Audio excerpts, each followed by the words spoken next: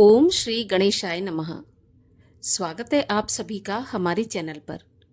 आज के इस वीडियो में आप सुनेंगे गणेश चतुर्थी के अवसर पर सुनी जाने वाली चौथ माता की कथा। चौथ माता की कथा सुनने से या पढ़ने से संतान की आयु में वृद्धि होती है एवं सांसारिक जीवन सुखमय बनता है। इसीलिए चौथ माता की कथा अवश्य सुननी चाहिए। व्रत रखें या ना रखें किसी भी वजह से, पर कथा तो सुननी ही चाहिए। और आज की वीडियो में हम आपको चौथ माता की कथा सुनाएंगे। कथा आरंभ करने से पहले आपसे एक आग्रह है कि अगर अभी तक आपने हमारे चैनल को सब्सक्राइब नहीं किया है, पहली बार चैनल पर आए हैं, तो चैनल को सब्सक्राइब करके बेल आइकन पर क्लिक कर दीजिए। और आज की कथा आपको अच्छी लगे तो लाइक अवश्य करिए, क्योंकि आपके लाइक से ही हमें पता चलता है आपको हमारा वीडियो पसंद आया। तो चलिए अब शुरू करते हैं चौथ माता की कथा। एक नगर में एक सेठ सेठानी थे और उनके एक बेटा और बहू थे। बहू सबको भोजन करा के फिर स्वयं भोजन करती। एक पड़ोसन ऐसी थी जो रोज उससे पूछती कि बहू, आज तुमने क्या खाया है? तो बहू कहती, ठंडो बासी। एक दिन उसके पति ने ऐसा सुनकर विचार किया कि आज तो पकवान बनाए जाएं और फिर देखें कि मेरी पत्नी क्या कहती है। उसने तरह तरह के पकवान बनवाए और घर के सभी लोगों ने एक साथ बैठकर भोजन किया। आज भी पड़ोसन ने उससे पूछा कि बहू, आज क्या खाया? तो बहू ने कहा, ठंडो बासी।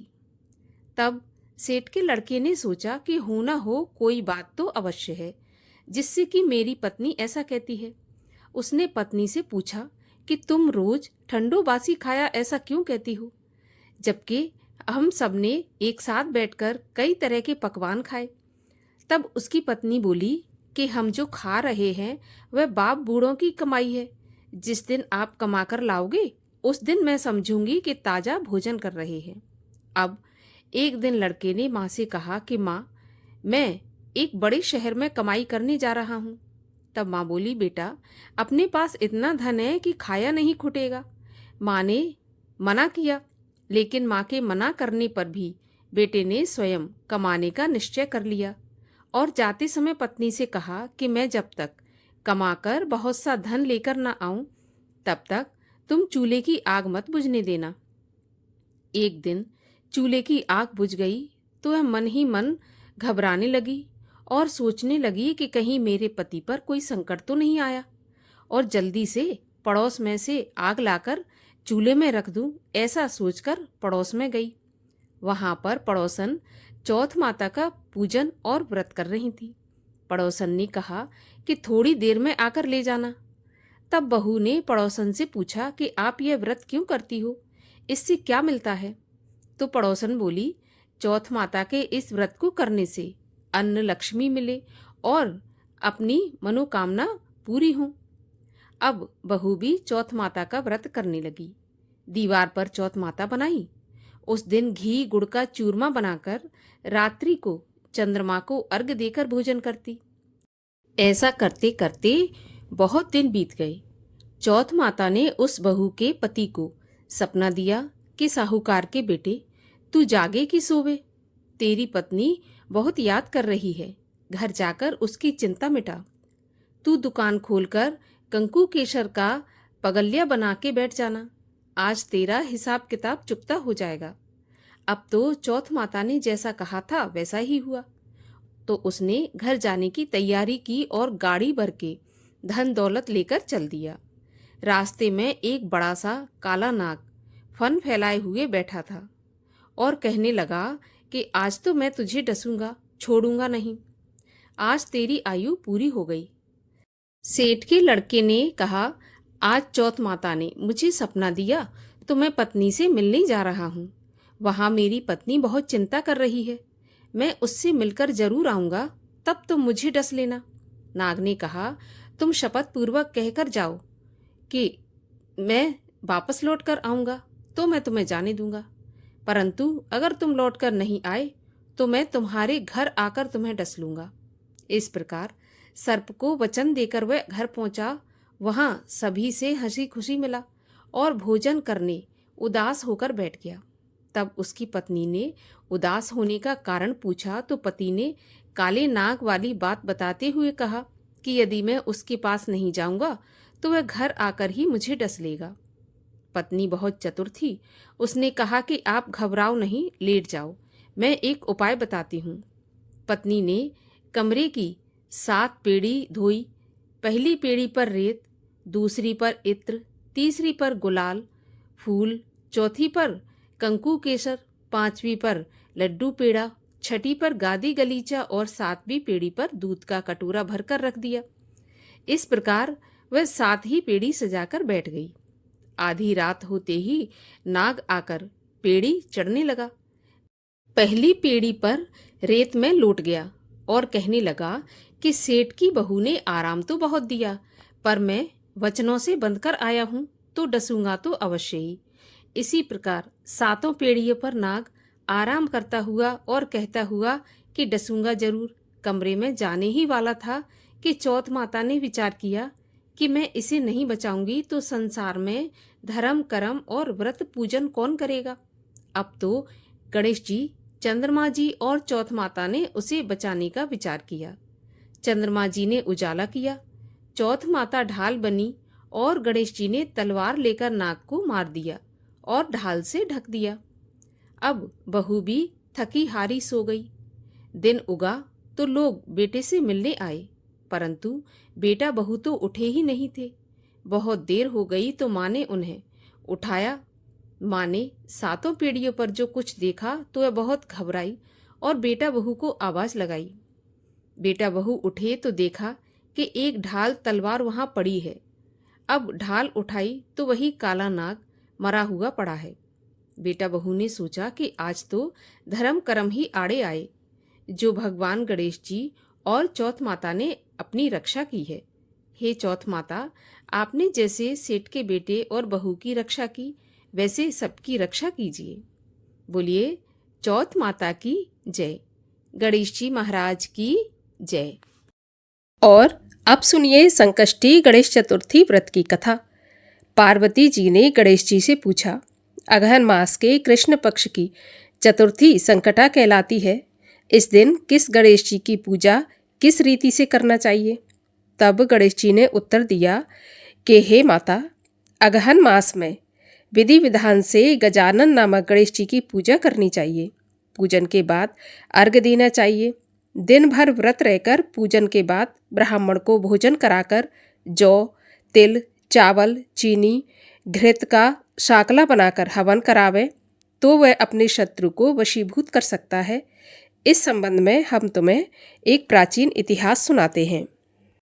त्रेता युग में दशरथ नाम के एक प्रतापी राजा हो चुके हैं। वे आखेट प्रिय थे। एक बार अनजाने में ही उन्होंने श्रवण कुमार नाम के ब्राह्मण का शिकार करने में वध कर दिया। उस ब्राह्मण के अंधे माँ बाप ने राजा को श्राप दिया कि जिस प्रकार हम लोग पुत्र शोक में मर रहे हैं, उसी भांति तुम्हारा भी पुत्र शोक में मरण होगा। इससे राजा को बहुत चिंता हुई। उन्होंने पुत्रेष्टि यज्ञ कराया, जिसके फलस्वरूप चतुर्भुज जगदीश्वर ने राम के स्वरूप में अवतार लिया। भगवती लक्ष्मी जानकी के रूप में अवतरित हुई। पिता की आज्ञा पाकर भगवान राम ने सीता और लक्ष्मण के साथ वन में खरदूषण आदि राक्षसों का वध किया। इससे क्रोधित होकर लोगों को रुलाने वाले रावण ने सीता जी का अपहरण कर लिया। सीता जी के वियोग में भगवान रामचंद्र ने पंचवटी का त्याग कर दिया और ऋष्यमुख पर्वत पर पहुंचकर सुग्रीव के साथ मित्रता की, जिसके पश्चात सीता जी की खोज में हनुमान आदि वानर तत्पर हुए। ढूंढते ढूंढते वानरों ने गिद्धराज संपाति को देखा। इन वानरों को देखकर संपाति ने पूछा कि तुम लोग कौन हो और इस वन में कैसे आए हो? तुम्हें किसने भेजा है? यहाँ पर तुम्हारा आना किस प्रकार हुआ है? संपाति की बातें सुनकर वानरों ने उत्तर दिया कि भगवान विष्णु के अवतार दशरथ नंदन राम जी, सीता जी और लक्ष्मण जी के साथ दंडक वन में आए हैं। वहां पर उनकी पत्नी सीता जी का अपहरण कर लिया गया है। हे मित्र, इस बात को हम लोग नहीं जानते कि सीता जी कहाँ हैं। उनकी बात सुनकर संपाति ने कहा, तुम सब रामचंद्र के सेवक होने के नाते हमारे मित्र हो। जानकी जी का जिसने हरण किया है और वह जिस स्थान पर है वह मुझे मालूम है। सीता जी के लिए मेरा छोटा भाई जटायु अपने प्राण गंवा चुका है। श्री रामचंद्र जी के चरण कमल का स्मरण कर हमारे भाई ने अपना शरीर त्यागा है। यहाँ से थोड़ी ही दूर पर समुद्र है और समुद्र के उस पार राक्षस नगरी है। वहाँ शीशम के पेड़ के नीचे सीता जी बैठी हुई हैं। आप लोग देखिए, रावण द्वारा अपहृत सीता जी अभी भी मुझे दिखाई दे रही हैं। मैं आपसे सत्य कह रहा हूँ कि सभी वानरों में हनुमान जी अत्यंत पराक्रमशाली हैं, अतः उन्हें वहाँ जाना चाहिए। केवल हनुमान जी ही अपने पराक्रम से समुद्र लांघ सकते हैं, अन्य कोई भी इस कार्य में समर्थ नहीं है। संपाति की बात सुनकर हनुमान जी ने पूछा, हे संपाति, दुस्तर समुद्र को मैं किस प्रकार पार कर सकता हूँ? हमारे सब वानर उस पार जाने में असमर्थ हैं, तो मैं ही अकेला कैसे पार कर सकता हूँ? हनुमान जी की बात सुनकर संपाति ने उत्तर दिया कि मित्र, आप संकटनाशक गणेश चतुर्थी का व्रत कीजिए। उस व्रत के प्रभाव से आप समुद्र को क्षण भर में पार कर लेंगे। संपाति के सुझाव से संकट चतुर्थी के उत्तम व्रत को हनुमान जी ने किया। हे देवी, इसके प्रभाव से वे क्षण भर में समुद्र को लांघ गए। इस लोक में इसके समान सुखदायक कोई दूसरा व्रत नहीं है। श्री कृष्ण जी कहते हैं, महाराज युधिष्ठिर, आप भी इस व्रत को कीजिए। इस व्रत के प्रभाव से आप क्षण भर में अपने शत्रुओं को जीतकर संपूर्ण राज्य के अधिकारी बनेंगे। भगवान श्री कृष्ण के वचन सुनकर युधिष्ठिर ने गणेश चतुर्थी का व्रत किया और कौरवों पर विजय प्राप्त की। और आइए अब करें गणेश जी की आरती। जय गणेश जय गणेश जय गणेश देवा, माता जाकी पार्वती पिता महादेवा। पान चढ़े फूल चढ़े और चढ़े मेवा, लड्डुअन का भोग लगे संत करे सेवा। जय गणेश जय गणेश जय गणेश देवा, माता जाकी पार्वती पिता महादेवा। एक दंत दयावंत चार भुजाधारी, मस्तक सिंदूर सोहे मूस की सवारी। जय गणेश जय गणेश जय गणेश देवा, माता जाकी पार्वती पिता महादेवा। अंधन को आँख देत कोढ़िन को काया, बांझन को पुत्र देत निर्धन को माया। सूर श्याम शरण आए सफल कीज सेवा, माता जाकी पार्वती पिता महादेवा। जय गणेश जय गणेश जय गणेश देवा, माता जाकी पार्वती पिता महादेवा। दीनन की लाज रखो शंभु सुतवारी, कामना को पूरा करो जाऊं बलिहारी। जय गणेश जय गणेश जय गणेश देवा, माता जाकी पार्वती पिता महादेवा।